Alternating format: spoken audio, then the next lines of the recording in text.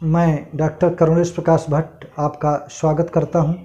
जैसा कि आप सब लोग जानते हैं कि मैं हिंदी का महत्व और उसकी उपयोगिता पर एक श्रृंखला चला रहा हूं और आज उसी क्रम में मैं संवेदना और करुणा की भाषा है हिंदी, संवेदना और करुणा की भाषा है हिंदी, इस विषय पर अपना व्याख्यान प्रस्तुत करने जा रहा हूं।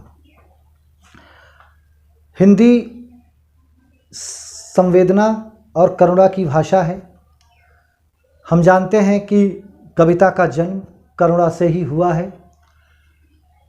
हमारे प्रसिद्ध साहित्यकार सुमित्रानंदन पंत ने भी कहा है कि वियोगी होगा पहला कवि, आह से उपजा होगा गान, उमड़ कर आँखों से चुपचाप बही होगी कविता अनजान।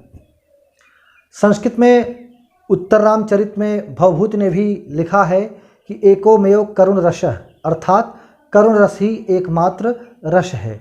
आदि कवि वाल्मीकि ने भी जब क्रौंच वध का दृश्य देखा तो उनके मुख से वह अनुष्टुप छंद निकल पड़ा और जिसे प्रथम कविता का श्रेय दिया जाता है, माँ निषाद प्रतिष्ठाम त्वं शाश्वती क्षमा यत् क्रौंच मिथुनादेकम वधि काम मोहितम।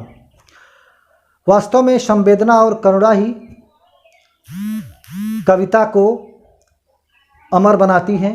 ये संवेदनाएं और करुणा कविता का प्राण तत्व होती हैं। हिंदी गद्य साहित्य में भी संवेदना और करुणा का माधुर्य उसके महत्व को निरूपित करता है, स्थापित करता है। ये संवेदनाएं हमारे मन को झकझोरती हैं, द्रवीभूत करती हैं और हमें मनुष्यता के धरातल पर प्रतिष्ठित करती हैं। तो आइए हिंदी साहित्य सागर में हम करुणा और संवेदना के कुछ मोती तलाश करते हैं। सबसे पहले छायावादी कवि जयशंकर प्रसाद का संदर्भ लेते हैं। उनकी एक बहुत प्रसिद्ध रचना है आंसू। आंसू एक विरह काव्य है जिसमें करुणा की अजस्र धारा प्रवाहित हुई है। आंसू को हिंदी का मेघदूत भी कहा जाता है। इसमें गजब की गेयता है और विरह की मार्मिकता तो चरम पर दिखाई देती है।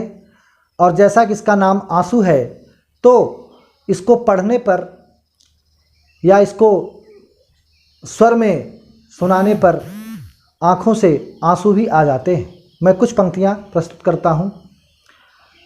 इस करुणा कलित हृदय में अब विकल रागिनी बजती, क्यों हाहाकार स्वरों में वेदना सीम गरजती, क्यों छलक रहा दुख मेरा उषा की मृदु पलकों में, हाँ उलझ गया सुख मेरा संध्या की घन अलकों में, जो घनीभूत पीड़ा थी मस्तक में स्मृति सी छाई, दुर्दिन में आंसू बनकर वह आज बरसने आई, रो रो कर सिसक सिसक कर कहता मैं करुण कहानी, तुम सुमन नोचते फिरते करते जानी अनजानी।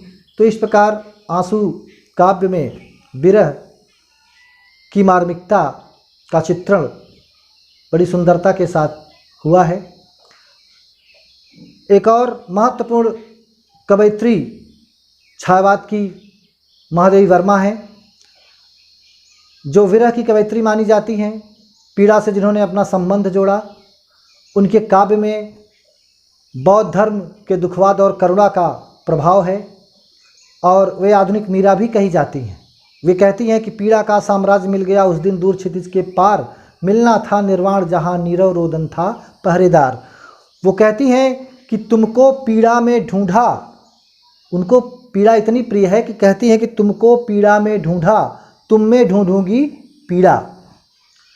उनकी एक बहुत प्रसिद्ध रचना है मैं नीर भरी दुख की बदली, जिसमें करुणा की अजस्र धारा प्रवाहित सी होती है और ये बहुत ही मार्मिक कविता है। मैं कुछ पंक्तियाँ प्रस्तुत करता हूँ। मैं नीर भरी दुख की बदली, उमड़ी थी कल मिट आज चली। मैं नीर भरी दुख की बदली, उमड़ी थी कल मिट आज चली। अस्पंदन में चिर निस्पंद बसा, क्रंदन में आहत विश्व हंसा। नयनों में दीपक से जलते, पलकों में निर्झरड़ी मचली। मैं क्षितिज भ्रिकुटी पर घिर धूमिल, चिंता का भार बनी अविरल। विस्तृत नभ का कोई कोना, मेरा न कभी अपना होना। परिचय इतना इतिहास यही, उमड़ी थी कल मिट आज चली। उमड़ी थी कल मिट आज चली। तो इस प्रकार से महादेवी का जो काव्य है वह दुख और आंसुओं से तरबतर है। आइए छावाद के एक और प्रसिद्ध कवि सूर्यकांत त्रिपाठी निराला की बात करते हैं। उनका एक बहुत प्रसिद्ध काव्य रचना है, मतलब उनकी एक बहुत प्रसिद्ध काव्य पंक्ति है, या यूँ कहें कि उनकी एक बहुत प्रसिद्ध कविता है सरोज स्मृति, जो हिंदी साहित्य में शोक गीत के नाम से प्रसिद्ध है। और ये एक दुर्लभ या एकमात्र शोक गीत है जिसमें निराला ने अपने हृदय की वेदना को व्यक्त किया है। निराला की पुत्री सरोज के असामयिक निधन पर उनका हृदय विदीर्ण हो उठता है, उनकी आत्मा कराह उठती है। इसमें उनके हृदय की वेदना का जो विस्फोट हुआ है वो बहुत ही कारुणिक है। अपनी पुत्री का ठीक से पालन पोषण न कर पाने और अपनी पुत्री को ठीक से सुख सुविधा न दे पाने की व्यवस्था उन्हें कचोटती है। वो कहते हैं, सुचते पहनाकर चीनांसुक, रख सका न तुझे अतः दधिमुख। छीना न कभी छीण का अन्न, देख न सका मैं वे दृग विपन्न। दुख ही जीवन की कथा रही, क्या कहूँ आज जो नहीं कही। कन्येगत कर्मों का अर्पण, करता हूँ मैं तेरा तर्पण। निराला की उस कविता को कौन भूल सकता है, जिसमें वो कहते हैं कि वह तोड़ती पत्थर देखा मैंने उसे इलाहाबाद के पथ पर। नहीं छायादार पेड़ जिसके तले बैठी हुई वह स्वीकार। श्याम तन भर बंधा यौवन, नत नयन प्रिय कर्म रतमन। गुरु हथौड़ा हाथ, करती बार बार प्रहार। निश्चित रूप से ये कविताएं हमारे मन को द्रवीभूत करती हैं। मैं हिंदी साहित्य के महान राष्ट्रकवि मैथिलीशरण गुप्त की बात करता हूँ। साकेत में उन्होंने उर्मिला का जो विरह वर्णन प्रस्तुत किया है वो बहुत ही मार्मिक है, और उर्मिला की जो विरह वेदना है वो उसका जो वर्णन है, उसका जो चित्रण है वह भी हिंदी साहित्य में दुर्लभ है। 14 वर्षों की दीर्घ अवधि में अपने प्रिय से अलग रहकर उर्मिला किस तरह अपने समय को काटती हैं वो बड़ा ही त्रासद और दुखद है। इस घनीभूत पीड़ा को मैथिलीशरण गुप्त ने साकेत के 9वें सर्ग में महसूस किया है। वो कहते हैं कि अवधशिला का उर पर था गुरु भार। अवधशिला का उर पर था गुरु भार, तिल तिल काट रही थी दृग जलधार। उर्मिला अपने पति को हमेशा अपने मन में, अपने ख्यालों में स्थापित करती हैं। उनकी प्रतिमा को अपने मन में स्थापित करते हुए हमेशा उनके ख्यालों में खोई रहती हैं और अपने देवता के लिए वो जलती हुई आरती बन जाती। मैथिलीशरण गुप्त लिखते हैं कि मानस मंदिर में सती पति की प्रतिमा थाप, जलती थी उस विरह में बनी आरती आप। उर्मिला का जीवन अपने देवता के लिए जलती हुई आरती बन जाता है।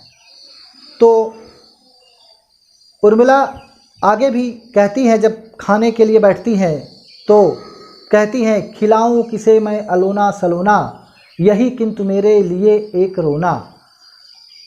आगे लिखते हैं गुप्त जी कि सीता ने अपना भाग लिया पर उसने वह भी त्याग दिया।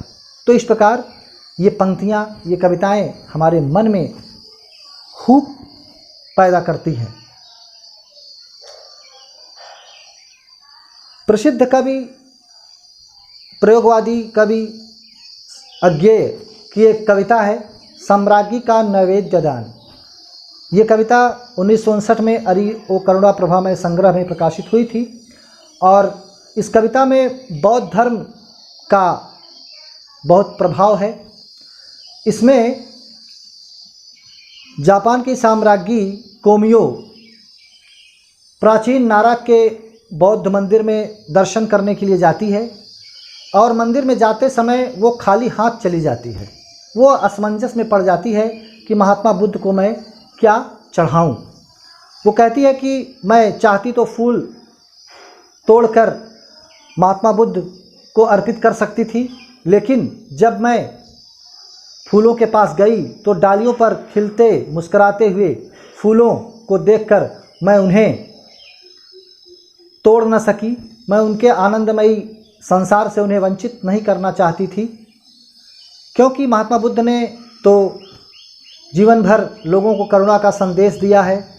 उन्होंने बताया है कि लोगों के दुख में कैसे दुखी होना चाहिए। तो प्रकृति के उन सुकुमार पुष्पों को डालियों से अलग करके गौतम बुद्ध को अर्पित करना उनके उपदेशों की अवहेलना होती। इसलिए मैं उन फूलों को डालियों से अलग न कर सकी, क्योंकि किसी को दुख देकर की गई उपासना नहीं, ढोंग कही जा सकती है।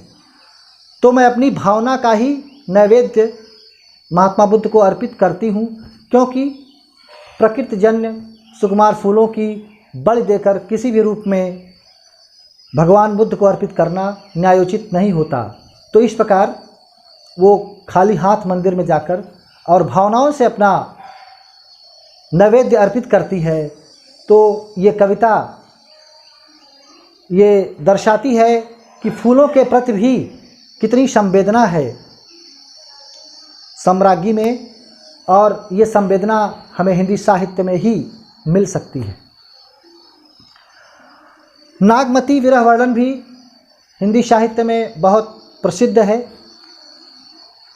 जायसी जब नागमती विरह वर्णन में नागमती के माध्यम से कहते हैं कि नागमती अपने प्रियतम का इंतज़ार करते करते थक जाती है, बहुत दुखी होती है और उसके नेत्र सावन भादों की तरह धारदार वर्षा करते हैं।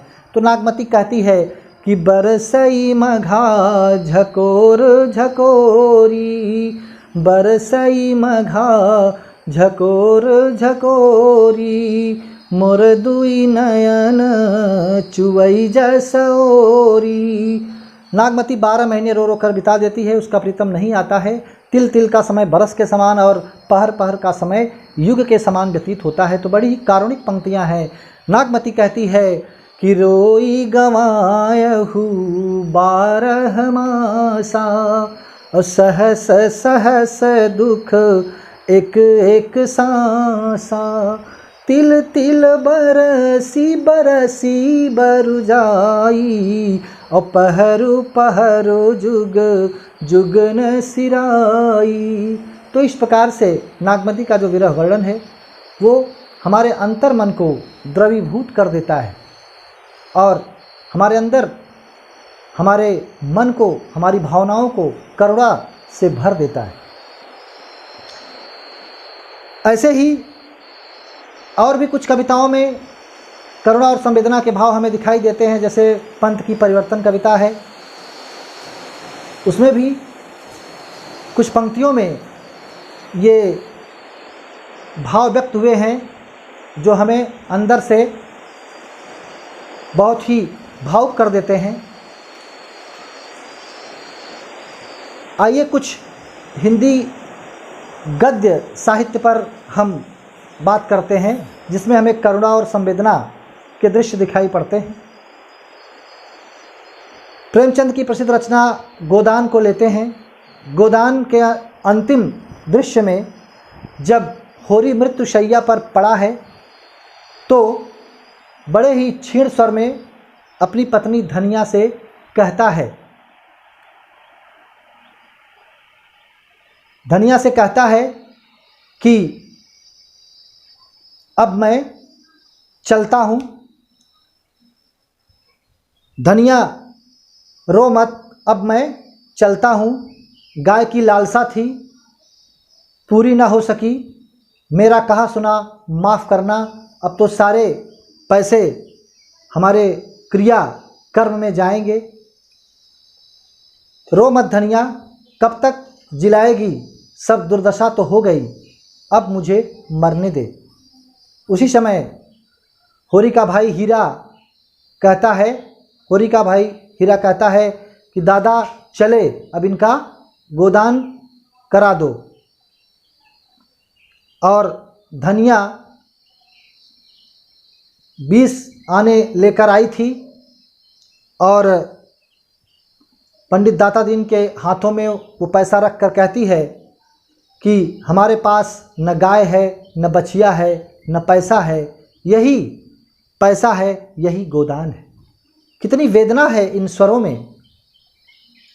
जिस गाय के लिए होरी जीवन भर सपने देखता रहा, जिस गाय की लालसा में वह दुख की चक्की में पिसता रहा, और जिस गऊ के दर्शन में उसकी आंखें हमेशा प्यासी रही, जिस गऊ के दर्शन के लिए उसकी आंखें हमेशा प्यासी रही, आज उसके मरने पर उसका गोदान भी नहीं हो सका।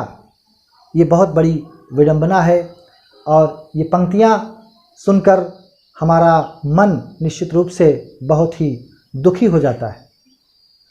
ऐसे ही आषाढ़ का एक दिन नाटक है जिसमें मल्लिका कालिदास के निष्ठुर प्रेम का शिकार होती है और बहुत ही व्यथा में अपनी बात कहती है, स्वगत कथन करते हुए कहती है कि कालिदास, तुमने कहा था कि एक दोष गुणों के समूह में उसी प्रकार छिप जाता है जैसे चाँद की किरणों में कलंक, लेकिन दरिद्रता एक ऐसा दोष है जो कभी नहीं छिपता, 100 गुणों में भी नहीं छिपता, वह 100 गुणों में छा जाता है, बल्कि एक एक करके नष्ट कर देता है।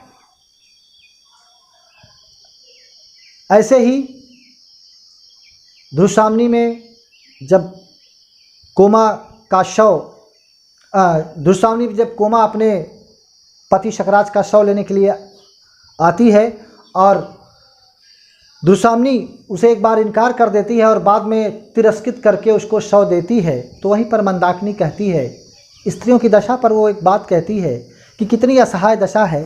स्त्री अपने कोमल और अवलंब मांगने वाले हाथों से पुरुषों के चरणों को पकड़ती है, लेकिन पुरुष हमेशा उसे तिरस्कार, नफरत और घृणा की भिक्षा से उपकृत करता है, फिर भी ये बावली मानती है क्या? तो ये पंक्तियाँ हमारे मन में करुणा और संवेदना को जन्म देती हैं।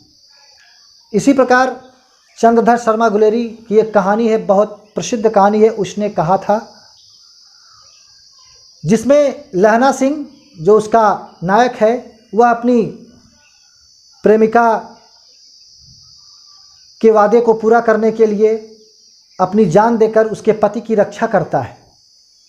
और कहानी का अंत बहुत ही मार्मिक है, जब वो उस वचन को निभाने के लिए जो उसकी प्रेमिका ने कहा था कि किसी संकट काल में उसके पति की रक्षा करना, तो उसके पति की रक्षा करने में, उस प्रेम का निर्वहन करने में वह अपने प्राणों की आहुति दे देता है।